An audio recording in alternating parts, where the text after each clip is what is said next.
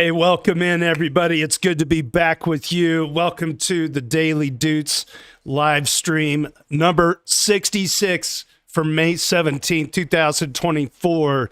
Today, we are joined by Whack Whack Attack from Rocket Fuel. Say hello to the world, my friend. Is your mic working? Hi. There Thanks it is. for having me, JT. Can you hear Pleasure me? to be here. Okay. Are you good? Your mic's good? Just making sure. So we'll pause it. You can hear me okay? Sorry, I'm having some audio issues right now. That's all right. If you need to restart, that's fine. It's all good. I think I'm okay. Okay. Sorry, can you just say that last bit again? Well, it's good to have you here. We're going to say that a bit again. Yeah. We're good? Thank you. Yeah, we're good. We're good now. Yeah, okay, excellent. very good. I didn't know if your Grubhub telephone rang and you had to go run an errand or something real quick. You're good? You're here? We're good? I'm good. I'm here. Everything's fine. Yeah. It was my headphones. I got a call and they was like kicked me off the call, and I was like, no, don't do that. So I'm back. But it's fine. We're all good. Well, it's been a long time coming for you to join the show. We should just have you on anyway every quarter or so just to catch up with you, because you're doing so many great things out there in the Rocket Pool community. I can't wait to get into that. But first, we have to do our show intro. The Weekly Doots live stream is all about showcasing the best of the week from the Ethfinance community on Reddit. This is a read-along reaction series, and if you want to follow along, head over to dailydoots.com, designed and produced by our very own Hanny Abu. And while you're at it, go grab today's PO app. Now available for checkout on Ethereum, Arbitrum, Optimism, and Base. All right. Big thanks to Tricky Troll for capturing and curating each of the day's Doots, and the A word for curating this most beloved weekly list. This podcast is available on Libsyn, Spotify, and Pods.media. Give us a few hours and we'll have this episode ready to mint on base. Thanks to Pods.media. Find us there at pods.media/EVMavericks. So I'm going to say this is a weekly announcement until they tell me to stop saying it. There's a potentially fun and exciting opportunity proposed to the EVMavericks and the Ethfinance community by Influence. They are a fully on-chain space strategy MMO developed by Unstoppable Games, and Interweaver, our very own Maverick, is here. He's the technical game designer, and they will be launching soon. And they're looking to onboard groups such as Ethfinance and the EVMavericks to form new alliances or to team up with existing alliances within the game. Also, thanks to everybody joining us on Discord. If you're watching my window that I'm streaming, be sure to turn the volume down on that, and you won't get a nasty echo in your headphones. So go ahead and do that. Also, if you know someone that wants to get in on a piece of this interview action, send them my way. We're going to open up our opening tidbits, and we're going to do our rundown of the rich list at this time. At number 10, I believe number 10, Harag, is new to the top 10 on dailydoots.com with a score of 71, or 73. Sorry, Harag at 73, Hanny Abu at 80, tied with 696 ETH at 80, Scientist at 83, Set One Less moving up at 93, Crypto Out Currency moved up a couple of notches to 94, Tricky Troll at 98, Benito 2030 climbing up to 121, and at number 2, Logri the Bard, 128, and the almighty everlasting Super Fizz at 195. All right, can you check where I am on that list just really quickly? Sure, because I'm on there too. So let's go. Let's check. Control F W A Q. At your number 42, brother. Not bad. Oh my gosh, that's great. Yeah, you're in the top 5%, my friend. Over 1,000 people. We have over 1,000 people that are on that list. So you're right up there. I mean, there's to be even above like 20 is pretty huge. You know, this now that you mention it, this actually came up as a question to Hanny Abu or Tricky Troll. I noticed they were asking, like, how do you know based on the number of Doots on dailydoots.com? How do you know the account age of the person? Well, that's not that's not easy for us to obtain. Hani Abu said something about the API is limited to 1,000 days, and obviously we're beyond that. So what I will say is each one of these numbers that is sitting next to everybody's name, those are each time they have made the list on a daily Doot. So for instance, K brought at 60, that means 60 times, which you could most of the time. I mean, it's pretty rare for people to make the daily Doots list twice in the same day. So you can kind of assume that out of all of their comments, K brought has made it 60 times. That's like 60 days worth of content that was worthy enough in the eyes of Tricky Troll. It's all, it's all subjective to be on that list. So, I mean, literally, like, there's so many great contributors here. You could tag them in Reddit Enhancement Suite and follow them on your own too. So yeah, it's a great question. It doesn't tell you the age, but it does tell you the potential like subjective value in terms of number of days that they've been able to get on that list. And always keep in mind, there's a ton of lurkers too that may have one banger post and they make the daily Doots one time. We've had several members that have been on the Weekly Doots show as a first-time daily Dooter. So people that make the weekly show, it doesn't matter what your number is. I mean, it's just the quality of the content of that week, and that's really subjective up to the A word. So good question. Yeah. All right, we'll keep moving. Let's see. Upcoming guest, May 24th, Anthony Bertolino of the ObolNetwork. He's an old friend of ours. Actually, he's A Italian Stallion, the username A Italian Stallion, if you remember that name from back on ETrader. I'm excited to talk to Bert again. He's such a fun dude. I've met him in real life a couple of times. And then on my birthday, actually May 31st, Chris and Jean-Paul and Interweaver of Influence coming together on the podcast. June 21st, I hope I don't mess up this name, but I'm going to say Brendan Asselstine of PoolTogetther. This PoolTogetther project has been around for quite a while, and actually 2 different people have been trying to get them on the podcast. So I'm really excited that they are going to be joining us in June. All right, the morning roundup. Here we go. Hey, Chibi chimes in. Ethereum uses Bing Video, has us at 90,440 holders, up 4. Vinegar Strokes earlier today said 29.49, but I don't know. Somebody went camping, apparently, because we're over 3,000, I think, at some point.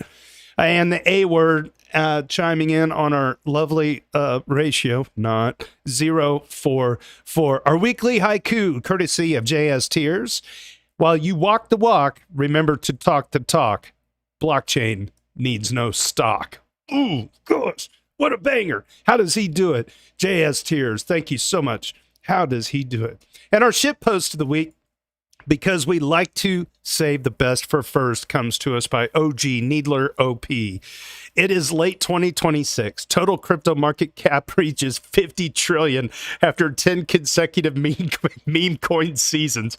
All cyclical rotations in the cryptocurrency market have been replaced by memes. Top 10, all memes. Dogecoin and Pepe replaced BTC and ETH, both receiving an ETF, while the ETH ETF is still awaiting approval due to volatility and underlying utility concerns. BTC and ETH linger at the low end of the top 25, just under recent newcomers. Skibidi Toilet Inu 69420XL, Keck, and GameStop, unrelated coin, not the stock. A soft hard recession that doesn't land is forecasted by Jay Powell, whose forward guidance is expected to reduce some of the froth and risk-seeking behavior in the markets. Oh my God. Needler OP coming in hot with the ship post of the week. Thank you so much.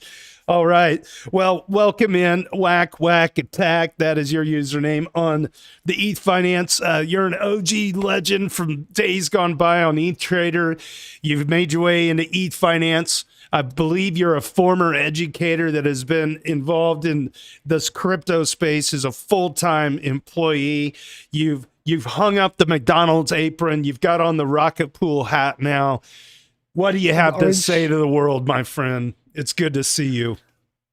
Yeah, it's good to see you, JT. Like you said, this has been a long time coming. We met in person, we have talked a whole bunch, and it's really great that I'm actually here and talking to my fellow EV Mavericks. I actually changed my PFP back to my line today in honor of being here with you guys, because I am first and foremost, an ETH financer, right? People like know me now through Rocket Pool mostly, but I started lurking on ETH Trader back in 2018, and then ETH Finance was the reason why I made a Reddit account and like why I started posting on there in 2019, I think, or 2020, like a long time ago now. But since then, I've grown more in the Rocket Pool community and spend more time there. But ETH Finance, I still call it like my first home in crypto and the place that I love like so much. And it's really great that I'm here now. Yeah, it is really great that you're here. And by the way, if anybody in the Discord Peanut Gallery wants to unmute and ask him any questions, I'm gonna preface this whole episode that usually we spend about 15 to 20 minutes with our special guests, so I don't want to waste too much time with that. And my son is graduating high school, and right now I'm literally wearing work shorts and a dress shirt for this interview because I got to get back on a ladder and start hanging banners up here after a while. But we're not going to cut the interview short at all. I'll cut the Doots part short if we have to. It's really special that you're here. So when you came over the ship when ETH Trader split and became ETH Finance, and Yeah. it was just you. There's so many shared experiences during that time, and I always like to hear other people's perspectives of what you were feeling when that happened. So, like I said, I was just a lurker at the time, and I'd only gotten into crypto basically at the peak of the 2017, like early 2018 bull market. So I wasn't as aware of the different communities that there were at the time, and ETH wasn't the only community that I was part of because I'd bought other stuff that I regret now. But Come on, spill the beans. What was it? Give us some. I was a Litecoin holder. Oh, good and for you. I actually did buy some Bitcoin right in the beginning, and I sold it at like a 15% profit, and then I bought Litecoin, and that was really bad. But then the Ethereum, like that, I bought ETH at 800, right Nice. around New Year's, and then I watched it go down like 90%, like many of us did at that time. But then I bought more, right? So I was lurking mostly on ETH Trader just to get the idea of what was going on with Ethereum, and I'd dip in and out. And then one day I went back to ETH Trader and I was like, where's everyone gone? Like, what's going on over here? So I was like digging around and trying to find out what had happened. And that's how I found out about the split and stuff. So I wasn't actively like present at the time. So it's mostly just like peripheral knowledge that I've gained, like, and heard other people's stories about the split, like yours, of course, and Fizz's and DC Investor and all the other people who were actually around much more at that time. I didn't really start posting until I think 2019 or maybe even 2020, and that's when I really went down like the ETH rabbit hole and just became the ETH maxi that I am now. It's kind of funny how like a 90% drop in the market forces you to like learn about what happened, and then as you learn more, you're like, we're fine. Like this is fine. This is fine. Yeah. Yeah, everything's on fire, but it's like the tech is awesome. So why not stick around? So then, when did you port forward into the Rocket Pool community? Give us the what was the first like sniff of Rocket Pool that got you hooked, and then how did you coalesce into this YouTube channel that you've got almost 400 episodes now? Yeah, tomorrow on Monday it's going to be the 400th episode. But I don't know if you remember Dave. Do you remember Dave? I remember Dave. Dave 4, right? Amazing guy. Used to post on his TA, and he started talking about RPL, and this must have been in 2020, just as like the staking was going to go live on the Beacon chain, and like they were still going through test nets and stuff with Rocket Pool, and I remember one day he was like talking about how some guy called 0xCC is dumping his RPL bag and the prices are down and it's a really good time to buy. And people really listened to Dave. Like I think he'd built up a really nice little following for himself in ETH Finance. And I was just like, oh yeah, that RPL thing. Like let me think about it. And I was at that point like I'd been burned with other like shit coins, and I was just like, I'm ETH only all the way. I'm gonna build my bag. I'm gonna stake my bag. This is me, ETH maxi guy forever. So that was it. And then over that year, basically, I think like over the course of 2020, I just heard more and more about Rocket Pool in Ethfinance. So people talking about RPL, people talking about Rocket Pool. I was interested in staking, but I realized that I didn't really have the technical skills to stake. I had the ETH, but I wasn't sure of my abilities to do it right at launch, at Genesis. So as I heard more about Rocket Pool over the course of 2021, it wasn't until like September, I think, or August or September, that I was like, okay, I'm gonna buy some RPL now. And that is when I swapped like the remainder of my shit coins that I still had, and I put them into RPL. And then it was right around Christmas time 2021 where I actually became a node operator, and I launched my node on January 1st of 2022. So I've been a node operator for like nearly 2.5 years now. But Nice. that's how I got into Rocket Pool. So I was working a job, in the university, and I wasn't a teacher anymore because I was a teacher before that. And I was thinking of, I was done with my job. I didn't like it. I wasn't rich. I hadn't like made it in terms of like money, but I was okay. And I had a bit of a, cushion. And I really hated my job. And my wife was like, "You're spending so much time in Rocket Pool." No, she's like, "Quit your job and like do something kind of like, podcasting or like YouTube or something like that." And I was just like, "Oh, I don't know what I'm going to talk about. Everything's already been talked about." And then I met up with some Rocket Pool people in Chicago, and one of them was like, "Hey, start a Rocket Pool news channel." I was like, "Oh my God, yes, I can do that." So when it came to August of 2022, a year and a half after I was in the community, like about just over a year in the community, I decided to start Rocket Fuel. And I think people in the beginning were like, what is this? Like, he's could probably do it for a few weeks or a few months and then it'll be done. But I don't think anyone really expected that I'd be making it nearly 2 years later and like coming up to 400 episodes. So it's definitely changed my life. So ETH Finance, like Rocket Pool community, like they totally changed my life. And here I am now. So yeah, it's pretty cool. It's neat. No, it's really neat. And you're absolutely right. It's so hard to come up with an idea and then follow through. Like I thought at one point I was going to be doing like I used to post on YouTube all the time, but it was very informal, and I would sit by the fire pit and just, if something hit me, I would talk about it. And people recommended that maybe I'd strike out and make a run at that. But I quickly realized, you get that feeling of everything has already been said. I don't know how I can add, So fast forward, at least for this podcast, we're on episode 66. I think getting past 10 to 15, 20 episodes is really the key, but most of them don't even make 100, to your point. Because it is difficult sometimes to manage and be consistent. To that point as well, Anthony Sassano's taking a well-deserved break, and I saw that he gave you a nod to take over the daily kind of information stream out there. And how's that been going? Did you see some bleed over from his podcast community into yours?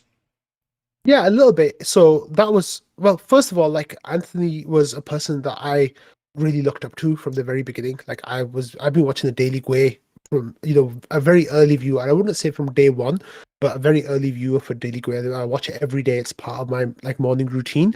And with Anthony, like he was kind enough to be a guest to my show, and like we talked about Ethereum, and we definitely share a lot of the same kind of outlooks and perspectives about Ethereum. It's just he was of course a lot more public and a lot more popular with that. And his show was an absolute inspiration for Rocket Fuel, in that like the format is pretty much the same. I find myself sometimes when I go back and watch old episodes that I even use his turn of phrase because I've been listening to his show for so long. So when I'm like wrapping up an episode or something, sometimes I can like kind of copy his language, and it's just inadvertent. It's just because I've consumed so much of his content. But what happened was he was taking his break, and we have a lot of listeners in common. Well, I have listeners in common with his. He doesn't necessarily have listeners in common with mine, because a lot of people in the Rocket Pool community who listen to Rocket Fuel also listen to Daily Gwei. That's right. So I do normally have some Ethereum content in my show, but mostly the Ethereum content is as it relates to Rocket Pool or staking. But I knew that if Anthony was going to be taking a few weeks off, I could add a little bit extra work for myself and just kind of add some more Ethereum news to my show, because I'm consuming that news anyway, right? Like I'm on Twitter all day long, like I'm on Ethfinance, I'm in the Rocket Pool Discord, so that's kind of my job, is to be aware of this stuff that's going on. And it was not that much of a heavier ask for me to add the Ethereum news to my show. So when Anthony and I talked about it, I said, look, I could do this where I make more Ethereum news on my show. And like his community has been really kind and like receptive to that. And I share my links in their community, and they are like really like thoughtful in responding, and like have given really nice feedback, and I really appreciate that. But first and foremost, Rocket Fuel is a Rocket Pool show and a staking show, really. And once Anthony's back next week, then I'll just go back to doing my own thing. And I'm happy that I could have filled that gap, in the period that he wasn't around. That's really nice. And do you have anybody help you produce your shows, or are you a one-man band? Well, okay, so when I started off, it was me doing everything all by myself, but I realized really quickly that I can't. It's just too much work. So I actually have a channel, a thread, on the Rocket Pool Discord that is called Rocket Fuel Submissions. And the Rocket Pool community kind of like helped me get content by putting submissions in there. Oh, and there's fantastic. There's a specific format that people follow that kind of makes it easier for me to digest the information. And most of the time I'm already up to date with that information anyway, but it just is a nice thing to have that. And what happens is every month I give away $1,000 to people who submit content. It's because I get a grant from the Rocket Pool community. Oh, that's great. So I give a share of that grant. I do a raffle every month on my show, like in the first episode of the new month, and I give POAPs to people who contribute as well. So we built up a really nice little like Rocket Fuel community as part of the Rocket Pool community, where I get about 40 or 50 people every month who submit content and like really help me with the show. But in terms of the actual production of the show itself, I do all of that. So I do like the making, recording, editing, broadcasting, the whole lot myself. That's great. Yeah. And the reason why I ask, and I didn't even finish this point from earlier on about stick-to-itiveness when it comes to like doing a show. There's no way I would be able to do this show without help. That's why I was asking, because like Hanny Abu makes the POAP. Hanny Abu does dailydoots.com. The A Word does the weekly list. Tricky Troll every day does the daily. I do the points tabulation. I do the OBS. I do the YouTube channel and like edit for the podcast portion of it.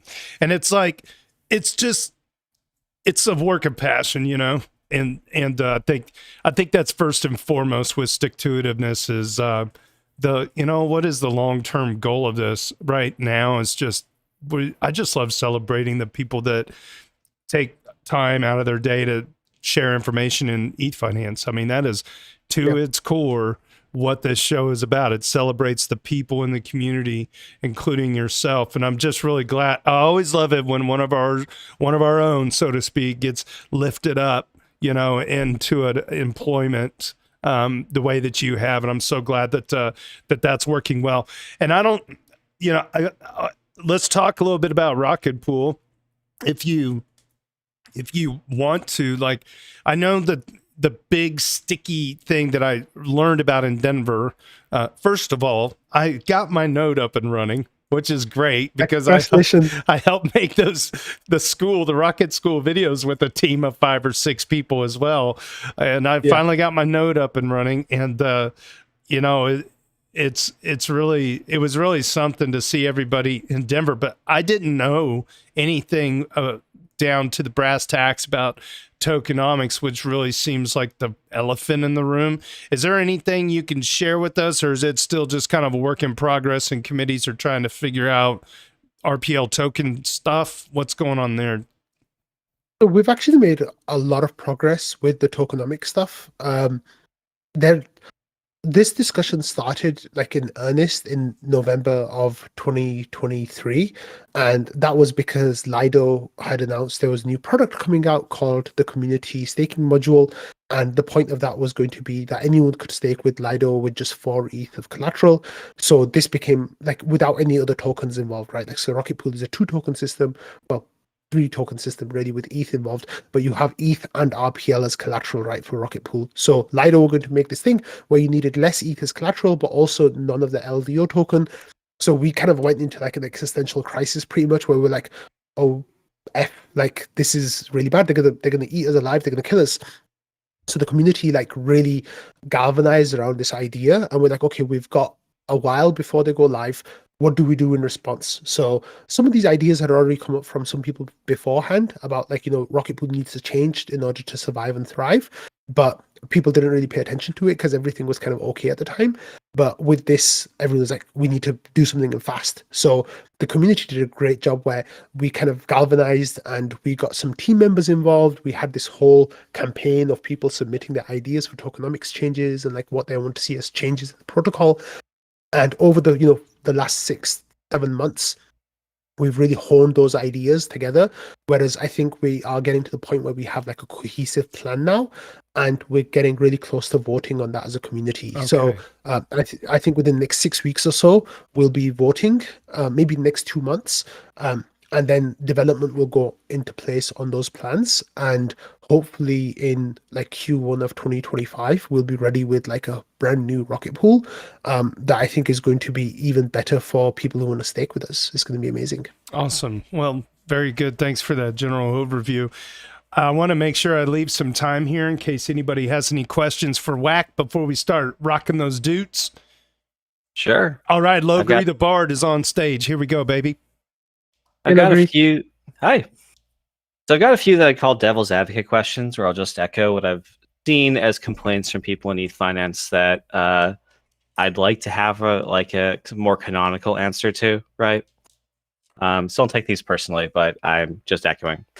So the first is that as the RPL price has fallen, node operators have lost basically at least 5% of their capital to depreciation. Many of them have stopped topping up entirely and just kept the node undercapitalized. Yep. And the loss of the RPL price has more than wiped out all of the gains of staking. And so we're at a point where there was tokenomics that people didn't necessarily agree with to start because they felt that the RPL token was just unnecessarily thrown in for capital raise purposes, but wasn't essential to system design. And then once they got into that system, they were kind of trapped by the design there to watch all of the staking yield go away, and they would have been better off solo staking over a 2-year horizon, right? Mm-hmm. Yep. So I guess I want to know, what would you say to someone who is expressing those grievances on Ethfinance? What is design going to change for the better? Is this just an unfortunate thing? We're sorry it happened, or how would you like me to respond in those cases? Yeah, so I've responded to a bunch of those people myself in Ethfinance, and I know that I should do a better job of talking to people about Rocket Pool and Ethfinance, but there have been times when I've done this. And the first thing I say is, I'm sorry, right? Like that people who got burned mostly are the ones who got in right around the Atlas upgrade, which was just over a year ago.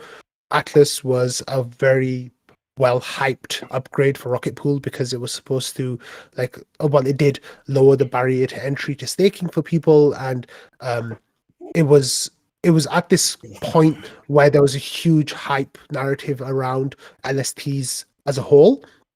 Rocket Pool, the token was hitting all-time highs. Rocket Pool, the protocol, was hitting all-time highs with TVL. Everything was going great. The problem is that people were buying into that hype and getting into the protocol at a time where we didn't realize at the time it was going to be as sustainable in the way that it hasn't been, basically. And the prices suffered a lot. The RPL prices suffered a lot, and because of that, like you said, a lot of people are under collateralized now, and they're not topping up their RPL anymore, and that's totally fine. Like that's a rational choice, I think, for those people to make, for some people to make. And the main thing it's to say is, I'm sorry. I personally am sorry, because I was one of those people who did build up part of that hype, right? Like, I remember saying that there was, coming up with this idea of like solo staker migrating to Rocket Pool, and you change your 1 validator into 3 validators. You use the extra 8 ETH that you have, because 32 ETH becomes 24 ETH of validators, and then the extra 8 ETH would become your collateral in RPL. That basically has been wiped out. If you had bought that in around, say, 0.03 ratio, you're now down 75% on that investment, right? Which is absolutely horrible. And sadly, that's part of what happens with crypto protocols sometimes. Like, the prices move in a way that we obviously don't want them to move. But the lessons learned from that, I think there are a few lessons learned from that. One of them is that hype is not always your friend. Hype can be a friend, but it also can be an enemy. And I think we saw hype as a friend in terms of getting that TVL and, getting the Rocket Pool name out there, which was absolutely amazing. But then what happened is the hype, of course, was not sustained, and people got left bag holding and locked into Rocket Pool when we would take them potentially years if the ratio never goes back up, which of course we hope it will. But if the ratio, for example, never goes back up, it would take years of staking rewards to just make up that loss in the RPL price. Thankfully, like I said, we've learned these lessons, and now we are going forward with some new ideas of how to help Rocket Pool grow. And this is what, GT and I were just like insinuating towards, like, with the tokenomics changes, there's going to be a whole new Rocket Pool coming up with the Saturn upgrade, which is the one after the one that's coming up in 2 weeks' time. And with that, we will allow ETH-only validators potentially. I'm still saying potentially because it hasn't been formally voted on by the community, but there is a very strong community support for these ideas. So I'm going to talk as if it's happened, but it's still like, not 100%. But we'll be allowing ETH-only validators to happen, and we'll be using sublinear bonding as well. So if people have multiples of ETH, they'll be able to come along and they'll be able to start a validator with 8 ETH only, with no RPL exposure at all. There will be benefits for having RPL exposure. If you believe in the new tokenomics changes, there'll be direct value capture mechanisms for RPL. It will either be some kind of buyback and burn, which seems to be the most popular option right now, or some kind of rewards distribution, like in ETH terms, or potentially even like buyback and liquidity providing. So there are a few different ideas of direct value capture for RPL, the token. But basically the idea is the more ETH-only validators there are, the more value they'll be giving to RPL. So there'll still be benefits for holding RPL as well. So I'm sure that you'll dig more into those tokenomics once we have a cohesive plan that's available for the wider ecosystem. But a lot of people are working really hard on this, and I think there's some really, really good changes and positive changes that are happening. So I'm really sorry that you are in a bad situation right now, but hopefully Rocket Pool is changing for the better within the next year. And I really hope that once those changes happen, a lot of people who are listening here or part of Ethfinance will give Rocket Pool another chance. Okay. The next thing I would say is the narrative has shifted largely from LSTs to LRTs. Obviously, in the last maybe 8 months or so, around the time I wrote my restaking post, maybe. Yeah. And I haven't seen much of a plan or response from Rocket Pool itself on Eigenlayer at all. In fact, I haven't seen them really mention it. I've seen them very internally focused. What is Rocket Pool's plan for? Okay, so if this comes even from honest users, not like trying to overly criticize Rocket Pool, but just to say, look, I can make 3% on holding RPL, or maybe I can make 5 to 10% liquidity providing for RETH or something and participate in the Rocket Pool program. I can go to Pendle and make 30% on Swell ETH or Kelp ETH or whatever else, right? So they're giving up somewhere on the order of 3 to 10x yield to try to be part of the Rocket Pool ecosystem, and it doesn't really feel like a fair ask. So what is Rocket Pool's plan to respond to the LRT narrative?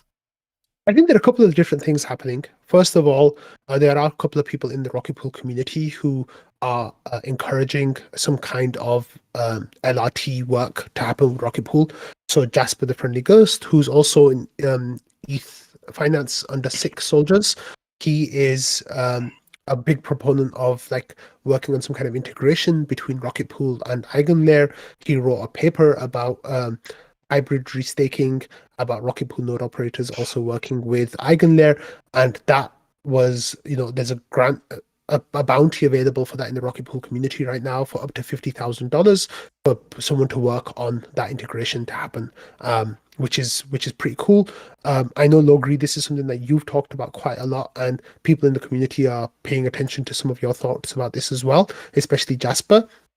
Now, when it comes to the LRT space as a whole, I think there's this idea in the Rocket Pool community that Eigenlayer, for better or worse, and I'm sure that I know you have a strong opinion about this, but there's people who think that it's kind of vaporware as it is right now.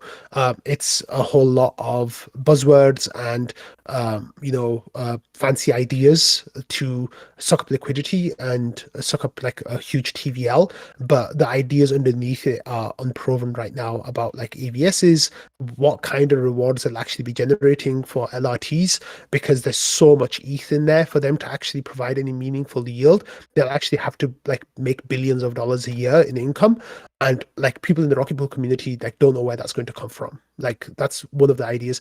Another idea is, and I don't know how much of this is cope and how much of this is real, but a lot of people in the community believe, right, like that people are farming these airdrops right now. For Ether 5, we've already had the airdrop.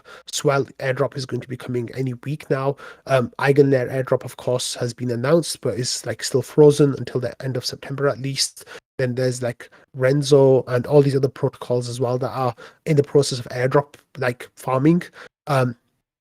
The idea is that a lot of these people have left like LSTs, including like Lido's token and others as well, where they're now trying to farm these airdrops. The question is, what are these people going to do after the airdrop has been farmed?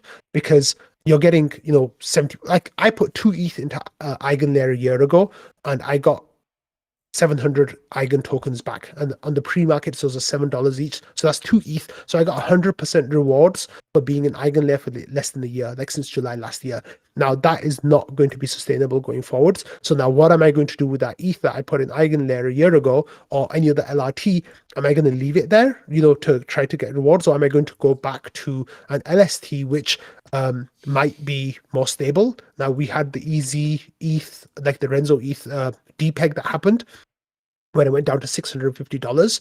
I think that was an alarm bell for a bunch of people, thinking that if these tokens aren't managed properly, there's a strong risk of depeg. So like I said, I don't know how much of that is cope or not, but there's this idea in the Rocket Pool community that once this airdrop season is over, people will be reallocating their positions, and we're hoping that people will come back to Rocket Pool with that. And the way that we're going to be doing that is there's already talk of reducing the commission and having like variable commission setting into the protocol. So if we have space for our ETH, then we'll reduce the commission for our ETH, which will boost rewards for people who hold our ETH. So there's some really interesting ideas about that. I don't know how it's going to work out with integrating with Eigenlayer or another LRT, and I'm not sure how it's going to work about getting TVL back once the airdrop farming seasons are over. But I guess we'll see what happens in the next few months. Well, I'll tell you what I'm seeing from AVSs that are pitching to various VCs that I work for. Mm-hmm. Every AVS wants its own token because that is how they like to raise capital, and they see this airdrop model as like the current way to sort of bypass securities laws, right?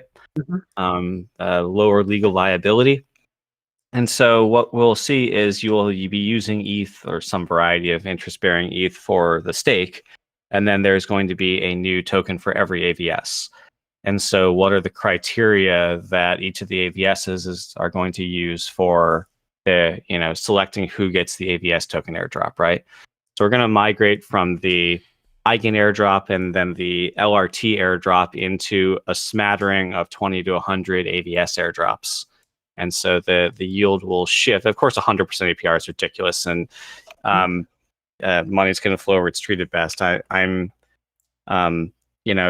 everyone had managed to get 100% APR, I think even with the ratio being down, we're all deeply in profit. Mm-hmm. Yep. But in terms of what's going to happen, I don't see a particular compelling reason it would flow back to our ETH unless our ETH is yield competitive and has a system to assist with airdrop farming the various AVSs. So what would such a system look like? Yeah, I mean, the premise of our ETH is a more trustless a variety of collateralization, where rather than saying, oh, Lido says these guys are good, Rocket Pool says, well, these guys have money at stake. And now EigenLayer is providing some type of dispute resolution system that looks a lot like Augur, right? It's not particularly new because it has a kind of like pointer it can switch under the hood for what the canonical token is, right? That we don't have to like unwind every LP position and migrate. But it seems to me that you could be using something like RPL as a voting token for dispute resolution, for some type of flashing event, adjudication, or some type of like AVS selection criteria, some type of ranking score or signaling, right? There's just some type of governance decision you could use RPL for, or you could just build a collateralization layer, right, for deploying capital to AVSs in the same way that you have a collateralization layer for deploying capital to node operators for staking Ethereum, right? Just one level up. So if it's not going to be Rocket Pool that builds that, I don't know who is going to build that, but there's just a market hole for that at the moment. Yeah, I think like that idea is really intriguing, and the thing that I really like about it is that it could be built on top of Rocket Pool in like a trustless way. Like you don't necessarily need like anyone's permission to do that, right? Like you can put the infrastructure in place and just plug it into the Rocket Pool ecosystem, and it would work. I really like that about it.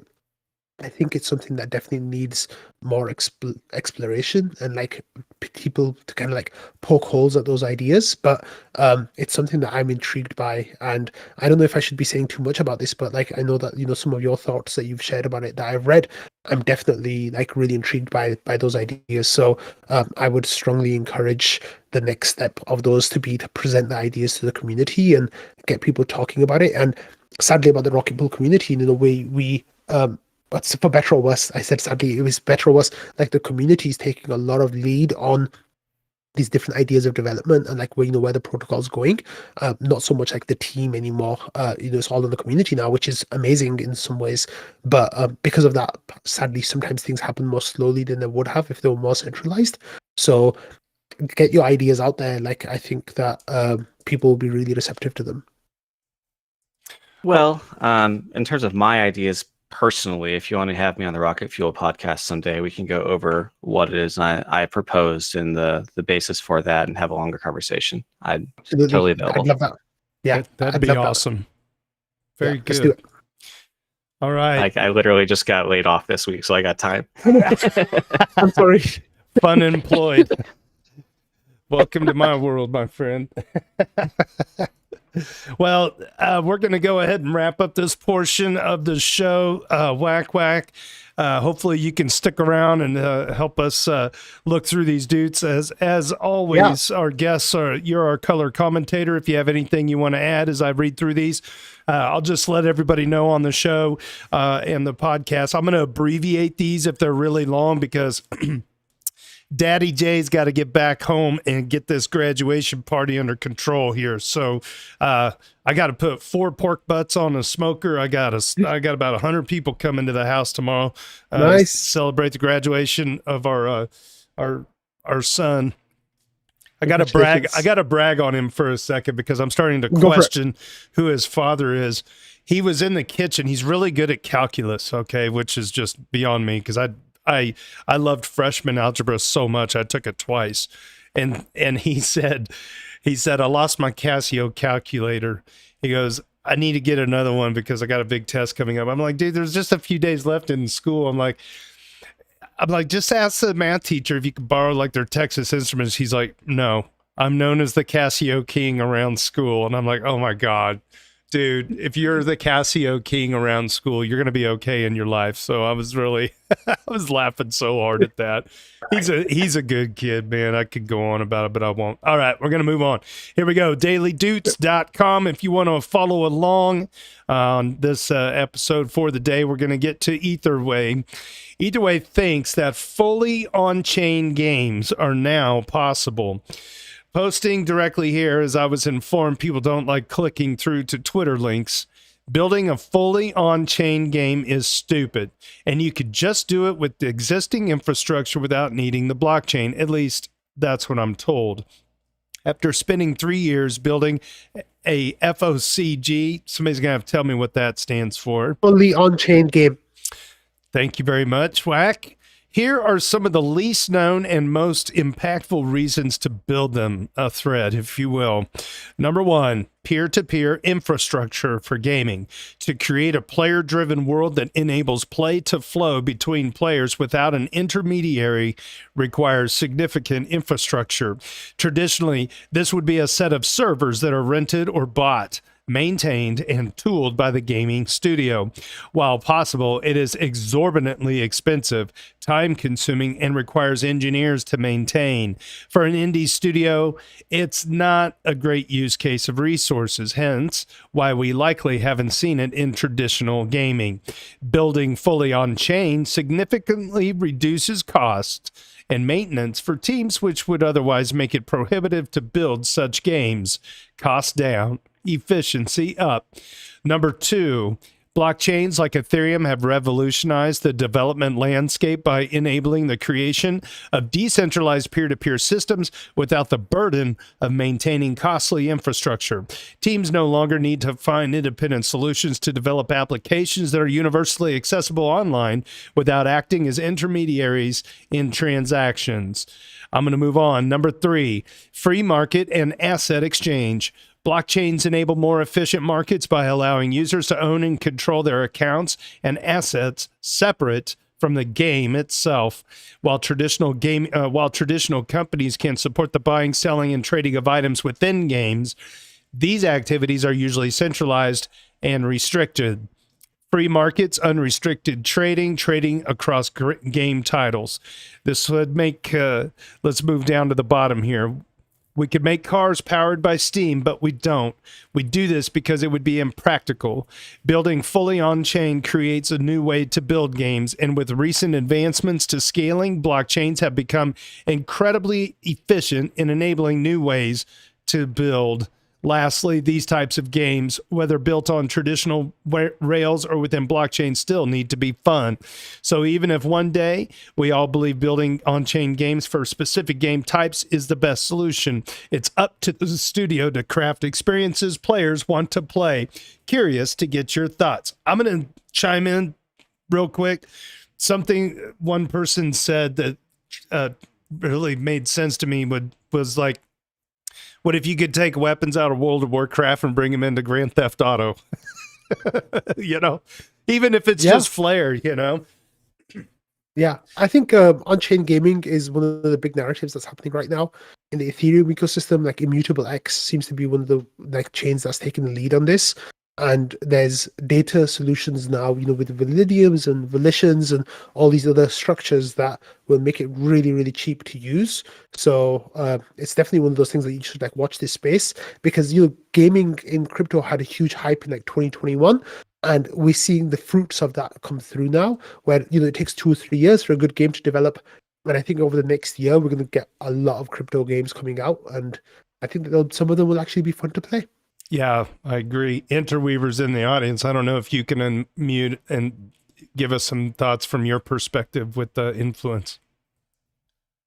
Yeah, absolutely. I mean, Influence it's an on-chain game that we're working on StarkNet, and one of the things that I would just emphasize is just how much better the space has gotten to supporting on-chain games since Denkun, since 4844.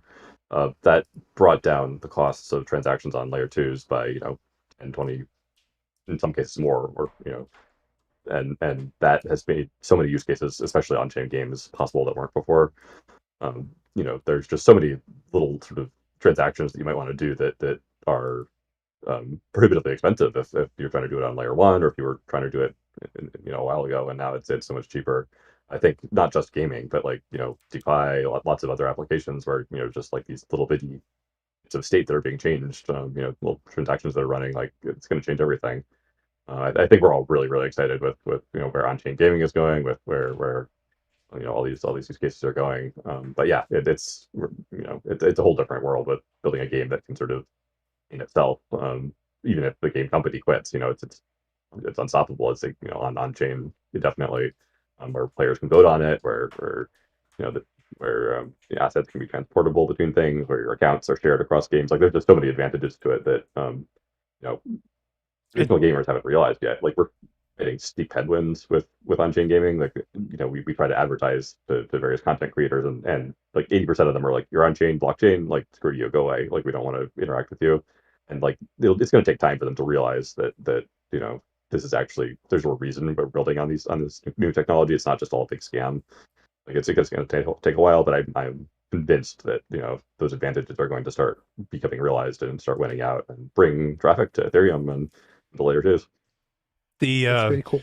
The lines between gaming and like reality are going to blend. I guess as I hear the conversation, it's kind of like building the world you're playing in as you're going through, voting by the players in real time. Like, can you imagine how fast, especially with like AI, how the landscape you're walking on in a game and the rules of it are just kind of get into a flow state, but it's a groupthink thing at the same time. Whoa. Okay. Yep. I mean, this is the metaverse that people talk about. Like it's the set of on-chain games that all together represent this whole like sort of Ready Player One type of universe where you can just hop between with the same account. It's going to be fun. And that way. And that's Interweaver from Influence that's chiming in there. Their crew is going to be on the podcast May 31st. Thank you, Interweaver. Moving on down the list here, Crypto Currency tells a clever story to explain why ARK Invest may have intentionally put staking in their ETF only to remove again. He says, there once was a famous interior designer who served many high-value business clients. She noticed her clients always wanted to have a hand in the design. After she laid out their place, they would always want to change it a little. They'd want to pop more or feel more chill or more cozy. This slowed down the designer's job significantly as she had to make a costly and time-consuming second design pass to appease the client. After a pattern of this happening, the designer realized that her clients always felt like they needed to make at least one change to her designs to convince their bosses that they added value and weren't just standing around and letting a contractor make all the big decisions. It was upon this realization that the designer had a brilliant idea. From then on, she added a wooden statue of a duck to each of her new interior designs. Her new clients, when shown those designs, would say, "That looks good. Just remove the duck statue," as this was an easy fix to make. It saved the interior designer a considerable amount of time and effort in redesigns. Her new designs were always approved, minus the duck, and she never had to do a second design pass again. ETH ETFs are the design, staking is the duck, and the SEC is the manager who needs to feel like they had some input. That's a really freaking great post, Cryptocurrency. Well done. That is a really cool post. Yeah. Just simply laying it out in those brief few words, that does make sense. It's like, yeah, we'll just throw some extra stuff in there and then, take it out. I think that was the idea that, people had about the staking element of these ETF applications, is that it would be that duck statue.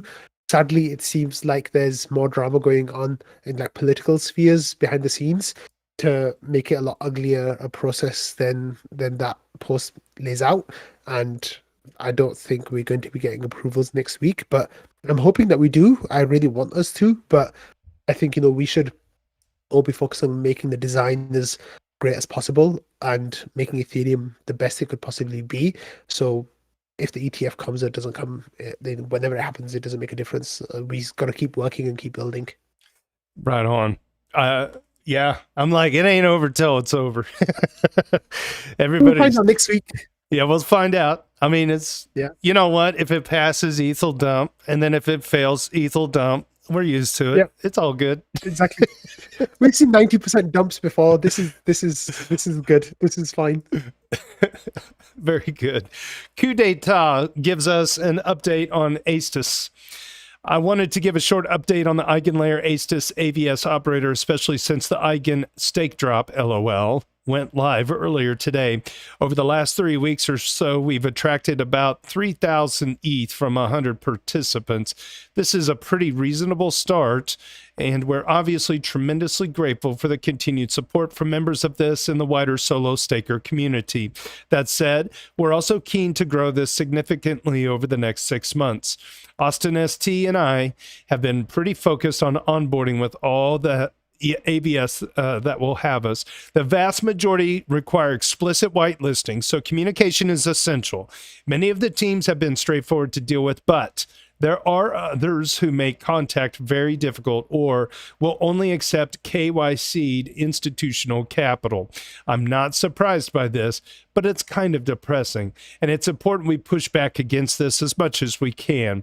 While slashing isn't live, and it looks like it will be some time before it is developed, the risks to operators and restaked capital is pretty small, but it will grow, and we've been having conversations with a few neutral participants who are interested in figuring out how to manage this. The independent development of a risk framework seems important, and we hope to be able to share some kind of plan in the near future. For now, we're publishing a table with an overview of our status and progress with various services. We'd eventually like to be able to share a proper dashboard with live data, but this is some way off. We're also opening a Telegram channel for those of you who want to help us coordinate, receive updates, or just want to ask us questions. And I've opened up the table here, the ASTIS AVS status from Austin ST and Curating. Looks like they got a lot of whitelisting to do here. Okay, very good. Really cool. Those two guys, Great man. job, guys. Yeah, busy boys. Yeah, that was another thing about Denver. It was really cool. I was sitting in that conference room and I had like Austin on one side of me and Curating on the other. It was just like, wow, I'm in like an ASTA sandwich here. This is great. All right. User DAW _ shares a cool new airdrop checking tool they just built. Oh, he's a builder. Today I launched my first... It's not on the screen, JT. Oh, that is now it is. Yeah, I got you. Today I launched my first project built on Ethereum. This is the best day of my life. The name is Airdrop Scans. It's basically Ether scan for airdrops. What's the airdrop you can't wait for? And then the tool pops up. Let's see, unclaimed crypto airdrops. I'll put in jtnickel.eth and hit go. And oh, you got to do the wallet address shit. Am I unlocked here? Let's see. No. Not that one. Not this one. Not that one. Dang. Okay. I got the... Okay, let's try this one. That should be it. I think that's the jtnickel.eth. All right, let's see what we get here. Unclaimed rug pulls. Here we go. Oh, look at that. $13,000 of unclaimed. Oh, DGen. it's expired. I've already got the ENS. You probably claimed all of these already. The data is still being processed. Yeah, interesting. There are a couple of services that are offering this feature now, where like Etherscan has it built into its service directly. DeFi Llama is letting you do an airdrop check as well. So I think a lot of people got kind of upset by having to sign into these platforms to check if you had an airdrop. And now they're finding ways to get around it, which is really cool. It makes the user experience much better. Okay. But it looks like these guys have a nice website, so good job. Yeah, thank you. Thank you for building that. You know what? I messed up. I didn't. Let's find out, because this guy's got to have a pretty low number on the dudes list. Crypto currencies up in the top 10, I believe. Curating's just under the top 10. Yeah, so here we go. This is a good example. To this DAW user, Duder1, this is the first time that they made the daily Doots list and they made it on the weekly list. So amazing. And they're a builder. See what I mean? Isn't that cool? That's cool, man. Great job, DAW. Yeah. That's it. That's the spirit right there. Good job, the A word, for pulling that one out and putting it on the weekly. That's a nice accolade. User Scientist is a Duder83. Boom. This recent thread by Hasu, oh, I'm sorry, the title is Share Some Thoughts on a Recent Thread by Hasu. Okay, well, I guess the title is the first sentence here. The recent thread by Hasu has a lot of great points on what Lido has been doing to better align with the Ethereum ecosystem this past year. One specific comment, which is encourages Lido to participate in the Ethereum roadmap research, has received some negative comments from community members, which makes me scratch my head. Okay, bullet A player with a financial interest should not take part in Ethereum research. What? Okay, we literally built a monetary coordination platform, Ethereum, where every single user has a financial incentive. And then we say that if you have a financial incentive, you can't take part in governance? That makes no sense to me. Another quote, a large player should not be allowed to take part in Ethereum governance, unquote. Scientist responds to that. If that view is normalized, that large players, who are by definition successful players in the ecosystem, are discouraged from contributing to Ethereum's future, who does that leave? One could make the argument via the process of elimination that then we are encouraging unsuccessful players, people who never had the competency nor the courage to spin off their own project or to do it in a successful manner at scale. We instead encourage them to exert their voices. That is instilling a negative selection process, which leads to a poorer quality of discussion within the Ethereum ecosystem. Besides that, large players have a wealth of information and an experience pertinent to our ecosystem, and it's unwise to exclude their voices. I kind of agree with that. Scientist continues on. The key point I think we should be mindful of is that success isn't a bad word. Having financial motives isn't a bad word. Using a protocol dominance to arm twist other players to get your preferred outcome, or using your financial competency to bribe other players to get your preferred outcomes, which are at odds with the long-term good of Ethereum. These are what needs to be focused on. But if a protocol isn't engaging in such behavior, they certainly should have a seat at the governance table. Yeah, so I guess the comment I would have is, okay, who gets to decide who's too big to lead, right? You gonna just go down the list and say, no, yep. Like, what's the number? Is it an I mean, I understand capture, I get it, but if you're in the middle of capturing, you can't kill the protocol, you'll lose everything, right? So what? I think the default position should be to treat everyone with suspicion, and like that's the whole point of crypto that we're in, right? Like, you've got to be trustless, and that's why we need to be. Sadly, with governance, it's more soft powers and the interpersonal stuff that comes into it. And at that point, it becomes difficult to do that. So we really need to understand, what the motivations for some of these groups might be. And sadly, the possibility and the reward for capturing Ethereum is huge. So it's possible that these guys do want to capture Ethereum. With Lido before in the past, they've said things about wanting to have all stakers be Lido stakers, and those kind of statements. You got to try to it makes people approach them with more suspicion, because those are not Ethereum values, right? So I guess those are the things that we really need to be focusing on. Is who are these people? What objectives do they have for doing the work they're doing? Is it altruistic, or is there something more nefarious here? Very good.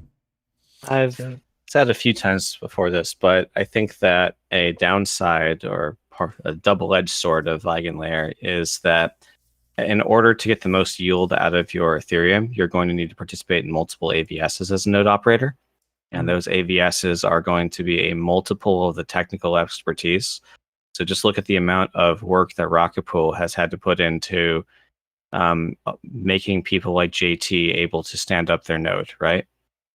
Now, let's say you want to do this for training an AI or an oracle or a proof of location in the world or some proof of humanity service or anything else you can imagine, right? Each of those services has all their own configuration flags, has all their own hardware requirements that you now have to come up with a combination of, right? It really multiplies the technical complexity of participating in a yield maximizing way. And that means it's going to centralize it on engineering teams that can afford to pay 10 or 20 engineers to figure all that stuff out because they're dealing with millions of ETH. and someone that just has 32 ETH for their home node is not going to have the time and technical expertise to compete with that. And so it's going to be a centralizing force on the validator set of Ethereum. Very Absolutely. good. Let's see. Tricky Troll, moving on down the list, relates the recent auroras to Ethereum. Oh boy. I saw auroras from mainland New Zealand last night. They weren't exactly spectacular without a long exposure photo to bring out the colors, but it was still pretty incredible. Now, before you say this is off topic, yes, this is related to ETH. It would seem to be something which doesn't get much attention, but likely since it is a developing thing, which may be just noise and not a sign of things to come. However, there is an increasingly alarming trend which started about 150 years ago, which has gone exponential in the last 20 to 30 years. This is the shifting of Earth's magnetic poles. Now, this isn't unprecedented. It has actually happened hundreds of times in Earth's history, but it is the first time since we've had advanced technology. Now, if the trend continues and Earth's magnetic poles shift, we could be in for a few hundred years of a reduction of Earth's geomagnetic shield, which protects us from the sun's damaging radiation. What this means, and what we have already seen, is that the solar storms which have recently hit Earth are causing more electromagnetic disruption and auroras than storms of their size historically have, because our shield is in a weakened state. This can result in localized blackout and infrastructure failures across the world. While a global outage is very unlikely, these localized impacts can be very disruptive to the global economy. This weekend alone, dozens more platforms and services have had outages than usual. And if any of these services are core infrastructure like banking or credit card services, then the economy can grind to a halt. This is yet another reason why we need Ethereum. We need resilient payment systems and settlement networks. Otherwise, our ever-increasingly unstable world will perpetuate more instability, especially as we constantly increase our reliance on a large number of infrastructure systems, from roads to power to internet, AI, and beyond. We have a unique chance to solidify one of the flimsy legs which hold up society and replace it with a rigid, decentralized, and resilient system. Edit. If you want to watch a good YouTube's video on the ongoing pole shift and what it might mean for us, I highly recommend this one. And he's got a couple of links here available to read at dailydoots.com. Did you see the Northern Lights? Yep. From where you are? Yeah. Yep. Sure did. Last cool. time I saw that, I was 4 years old, and that was nice. 1896. Amazing. I didn't realize you were that young. I thought you were a bit older than that, GT. Oh shit, crypto will keep you young. Isn't that what they say? Yeah. I don't look a day over 152. All right, moving on down. The Cryptos and Bloods nearly fell for a phishing scam. Oh man, I love it when A-Word puts these in. Cryptos and Bloods is a duder number 38. All these years in crypto and still just barely avoided falling for a phishing scam today. These guys are so incredibly good, it's scary. I had my ledger in my hand to sign the fake transaction, and there was just enough friction to drop me out of autopilot and made me think, what is actually going on here? I have some liquidity in Rhea network. It's a legit new trading optimized L2 with shared liquidity model for all DEXs on the L2 and some major backers. It's launching this week, but liquidity deposits for points have been open for some weeks. I went and checked my rank on the leaderboard on the realrhea.network site, and then I thought, oh, they're launching today? I better go check their Twitter to see what's going on. So I checked their Twitter update, and at the bottom of their real thread about the new session and points, etc., there was a final tweet saying something like, quote, check your position on the trading leaderboard for session 1 here, unquote. And I thought, oh, is this a separate leaderboard to the liquidity leaderboard I am on? I better check it out. That the note here that he puts in is that the final tweet was, of course, from a phishing account.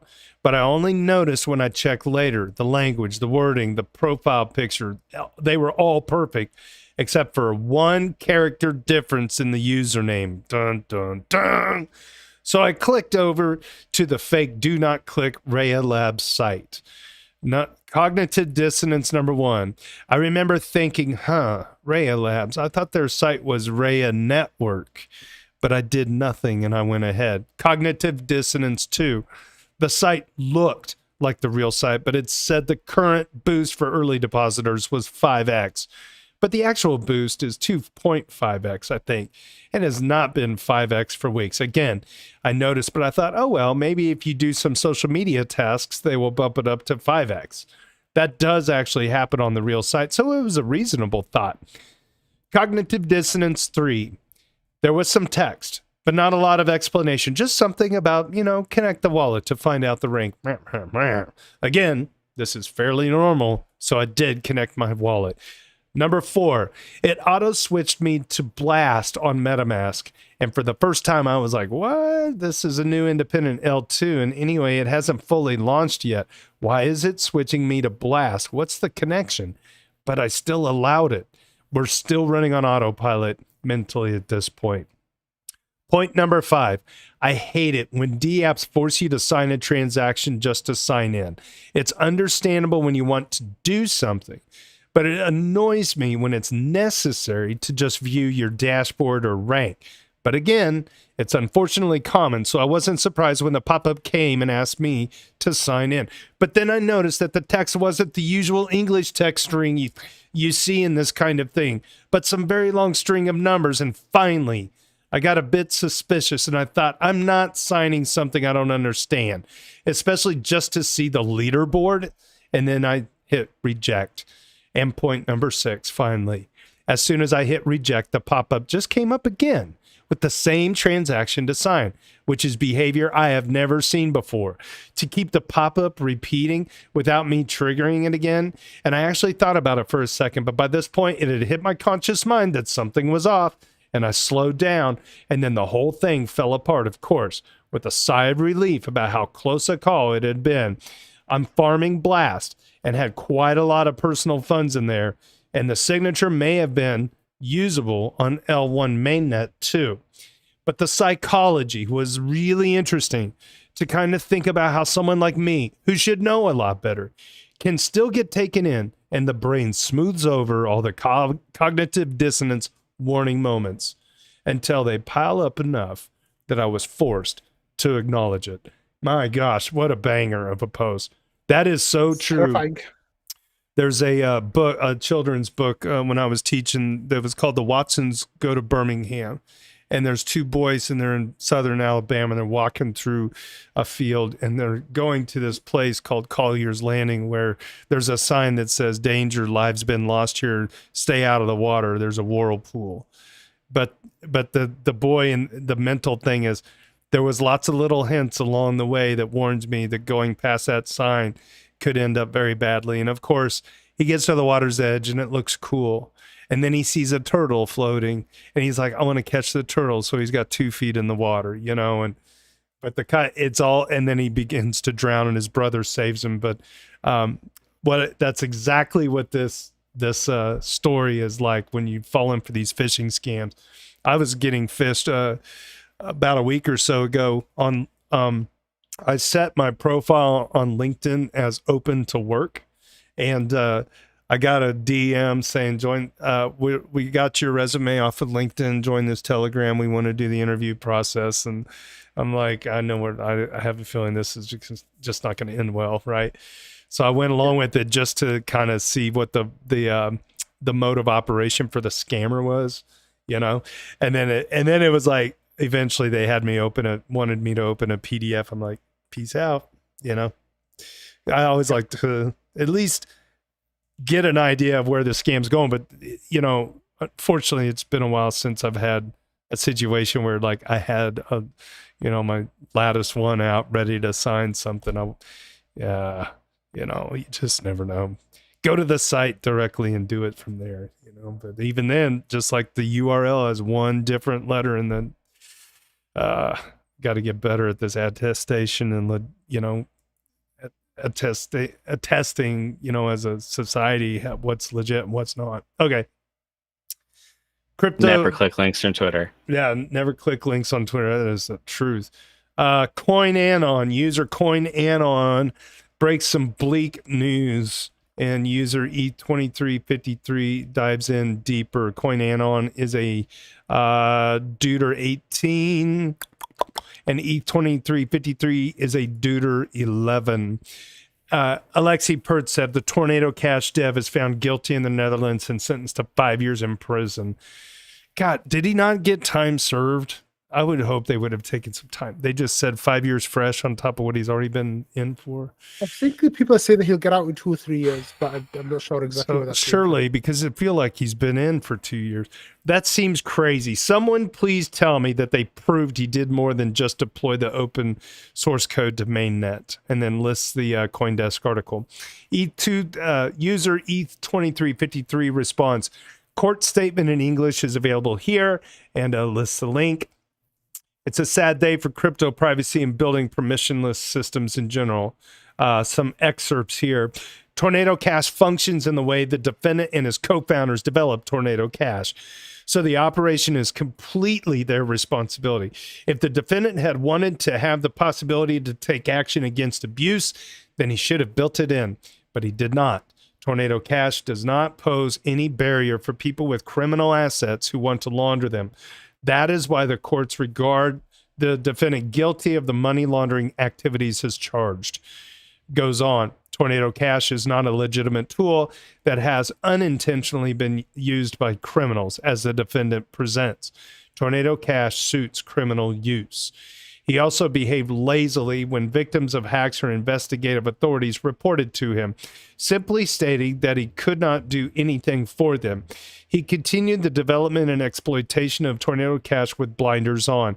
He chose to look away from the abuse and did not take any responsibility. The court follows the prosecutor's demand and sentences the defendant to an imprisonment of 5 years and 4 months. Let's see, E2353 concludes, I don't fully remember the technical details, but if I recall correctly, the contracts, once deployed, were not upgradable. So him saying, quote, he could not do anything for the victims or investigative authorities, that was the truth, right? Like he couldn't. Yeah, that's true. He couldn't. Okay. Correct me if I'm wrong. I don't think he did. Alexei Pertsev, did he make a trip to North Korea? Or was that... I don't think so. No. Who was that? I know that that was the guy from Silk Road, I think. One of I them, know who you're talking about. sure. I don't know the name offhand. Yeah. Oh, wow. Okay. Harag explains the evolution of Ethereum sharding vision. Etherator has mentioned sharding yesterday and when it will come. Sharding as a scaling solution has been discarded at least 3 years ago. I first wanted to write a short reply, but it got longer, so I posted here. And he's got a long post about sharding. I'm just going to put a pin in that. Virgil Griffith, by the way. Virgil Griffith, that's it. That's right. Cool. I wonder what came of that. Because he's still around. Hopefully he's going to be okay. Because I think he wasn't demonstrating Tornado. I don't know. I thought there was a connection there. But anyway, Etherator has a long post here about the history of sharding. Sharding is a scaling solution. Let's see. When the Duncan upgrade first got iteration of the scaling plan with EIP 4844, also known as proto-dank sharding. This allowed scaling of the Ethereum ecosystem by about a factor of 50 to 100. Currently, the rollups do around 10 times as many transactions than Ethereum does. So they still have room to grow. At the moment, we allow to have 3 blobs per block on average for roll-up transaction data, which seems to be like a good value. It increases the load on nodes, but not so much to compromise decentralization. I guess there will be more analysis done in the coming months to see if we can increase the number of blobs a bit. He concludes his post. In addition, there will be improvements of the execution layer as well, like Verkle tree, statelessness, history, expiry, and snarkifying, great word, the base chain. Those improvements will allow to increase transaction throughput on mainnet while keeping the resource demand for node operators in check. None of these will 100x increase throughput overnight, but together they will massively scale Ethereum in the coming years. If you want to catch up on the current roadmap, the Bankless podcast from February does an amazing job explaining the different steps.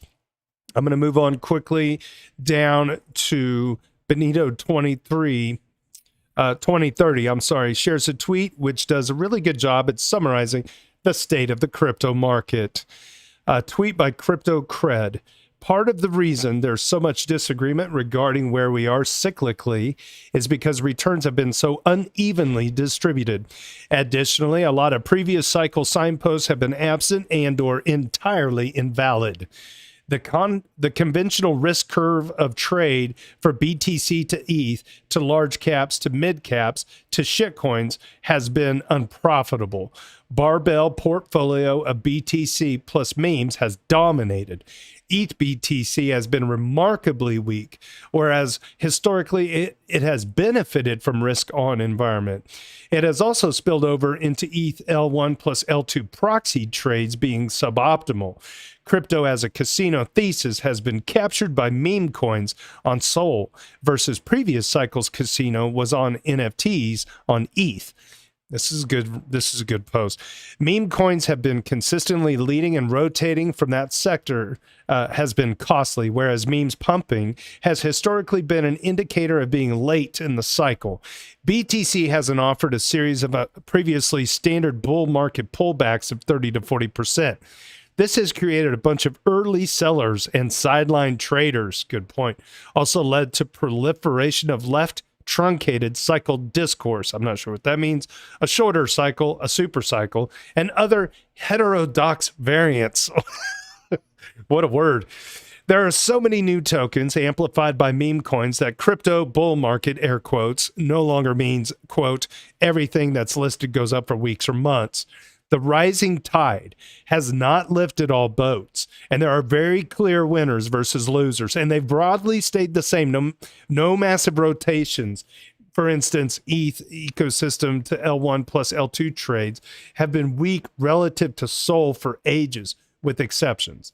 Taking all this into account, it's entirely plausible that you have trader A who rode BTC Sol and memes and feels like stuff is hot and needs to cool off, whereas trader B has barely made any money and feels like stuff hasn't even picked up yet, and everything in between.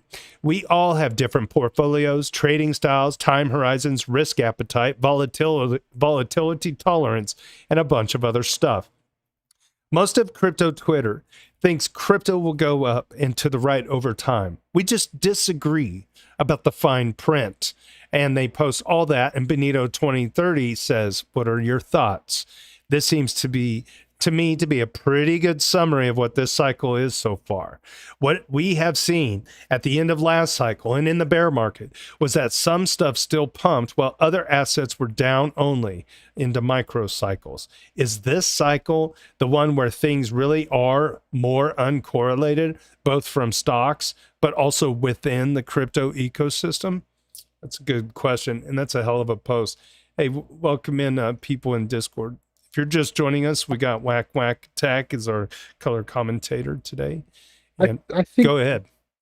Yeah, one of the things to think about of where we are in the market cycle right now is to think we're closer to the DeFi summer of 2020 rather than the NFT mania of 2021.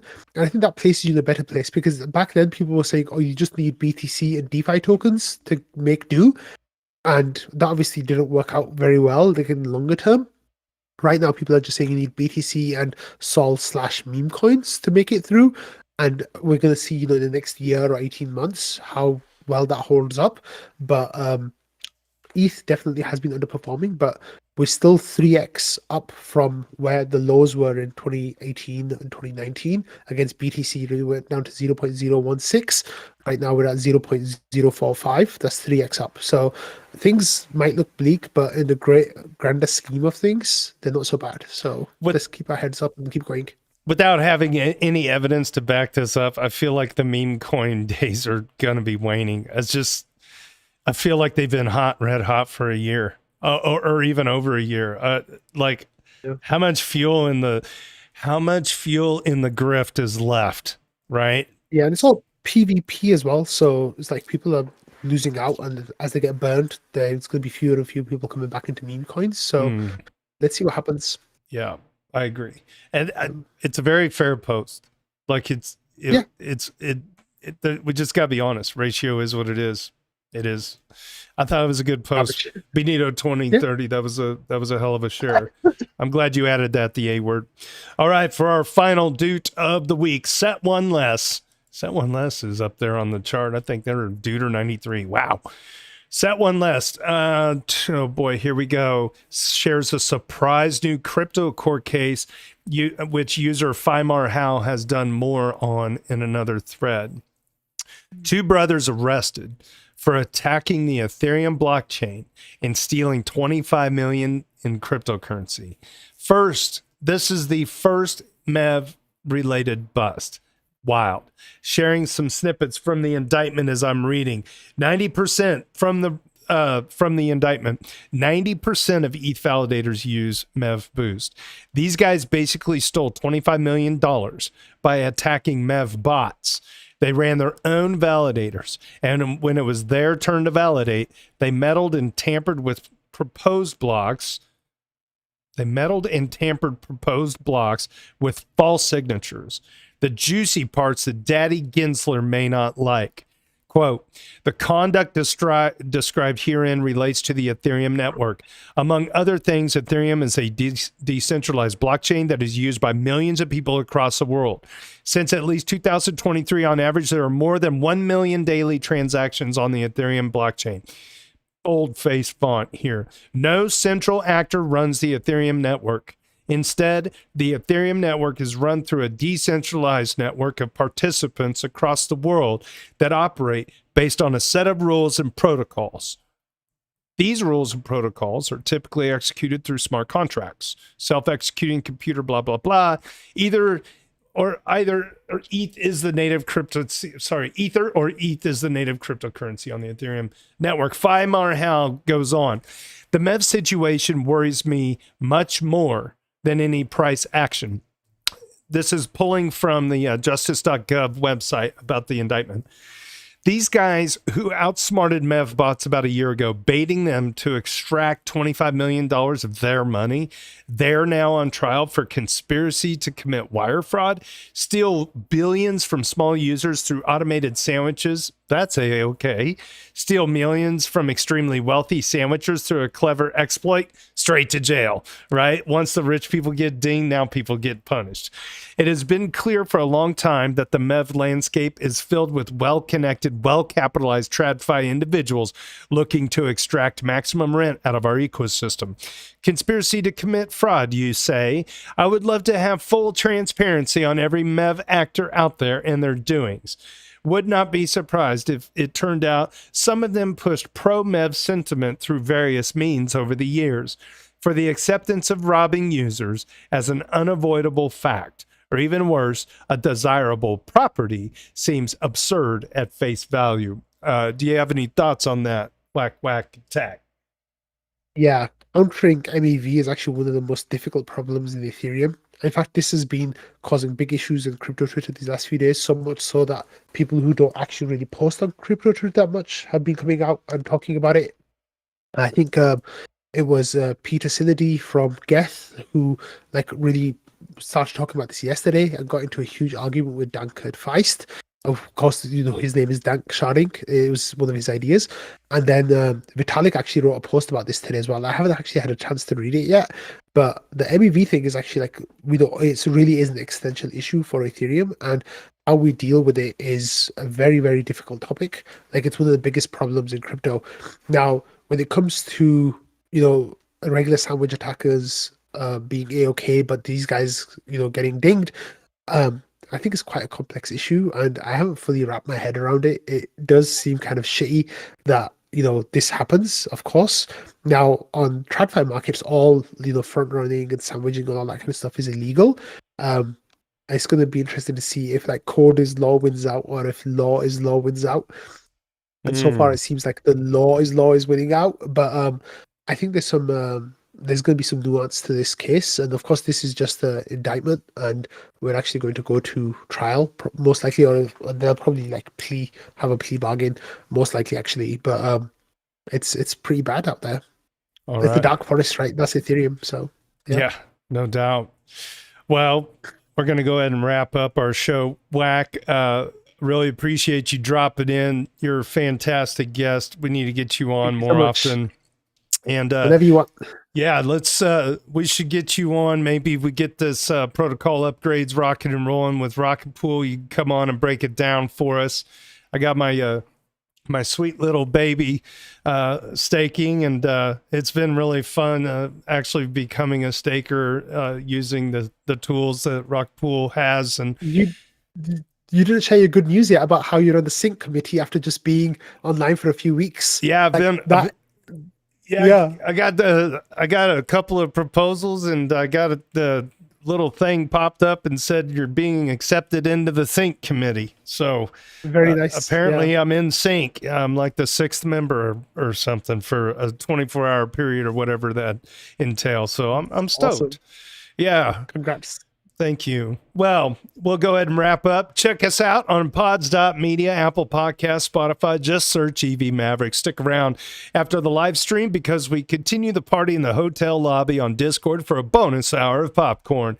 It's a fun place to let loose when the parents aren't watching on YouTube. Hi, Mom. On behalf of Ethfinance and the EVMavericks DAO, my name is JT. Cheers and big hugs from Kansas City. Thank you, everyone.